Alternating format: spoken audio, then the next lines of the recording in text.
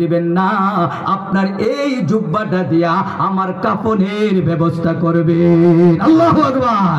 ওগো নবীজি, এর দ্বারা আমার ফায়দা হবে, আমি যখন কবরের মধ্যে যাব গো নবী, আমি তো এখন প্রত্যেক দিন আপনাকে দেখতে পারি, আপনার সাথে ঘুমাইতে পারি। নবী গো, আমি যখন কবরে যাব, আমি তো একা হয়ে যাব, আমার ডানেও কেউ থাকবে না, আমার বামেও কেউ থাকবে না, পোকামাকড়ের একটা ঘর হয়ে যাবে। ওগো নবীজি, আমার ওই একা ঘরের মাঝে আপনার এই জুব্বাটা যদি আমার কাফন থাকে, আমার মনে হবে আমার কবরের মধ্যে আপনি নবী নিজেই আছেন। সুবহানাল্লাহ। ওগো নবীজি, আরেকটা আপনার কাছে আমার আবদার। ওগো নবীজি, আপনি যখন আমাকে কবরে রাখবেন, কবর থেকে যখন উঠে যাবেন, আমার উপরে যখন মাটি চাপা দেওয়া হবে, সবাই চলে গেলেও আপনি কিন্তু চলে যাবেন না।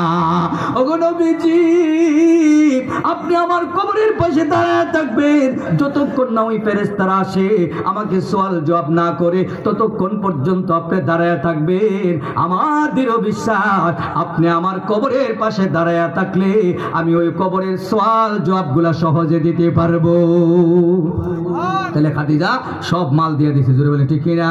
সম্মানিত হাজিরিন, আমি আপনাদের কাছে এই মাদ্রাসার জন্য বেশি একজন উঠবেন না, দেন আর না দেন, আমি শুধু ছোট্ট একটু আবদার করব, আপনারাও আমাকে মহব্বত করেন। যেহেতু এখানে খতিব ছিলাম, মাদ্রাসার সাথে আমি এই প্রতিষ্ঠাতা হিসাবে অনেকটা আপনাদের সাথে উঠা বসা হয়েছে।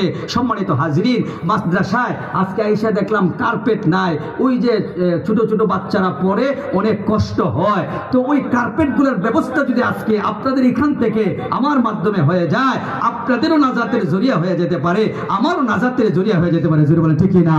সম্মানিত হাজিরিন, ওই কার্পেটগুলো কেনার জন্য বেশি টাকা লাগবে না, 15,000 টাকা লাগবে। আর দুইটা ফ্যান নাই, তাহলে দুইটা কার্পেট আর ওই ফ্যান মিলাইয়া 20,000 25,000 টাকার মতো লাগবে। আমার দৃঢ় বিশ্বাস একজনই পারলে দিতে পারবেন। আমি যখন ওই কামারজুরি বাইতুল আকসা মসজিদে প্রায় 6 বছর ইমাম ও খতিব ছিলাম, তো ওইখানে একবার জুমাবারে বয়ান দিতেছিলাম, তো বললাম যে আপনারা কে কি দিবেন দেন। একজন রিক্সাওয়ালা ভাই দাঁড়ায় গেছে, সাইফুল ইসলাম নাম, এখন ওনার সাথে আমার চৌরাস্তা সাক্ষাৎ হয়। উনি দাঁড়ায়, হুজুর আমি 20,000 দিব। সুবহানাল্লাহ।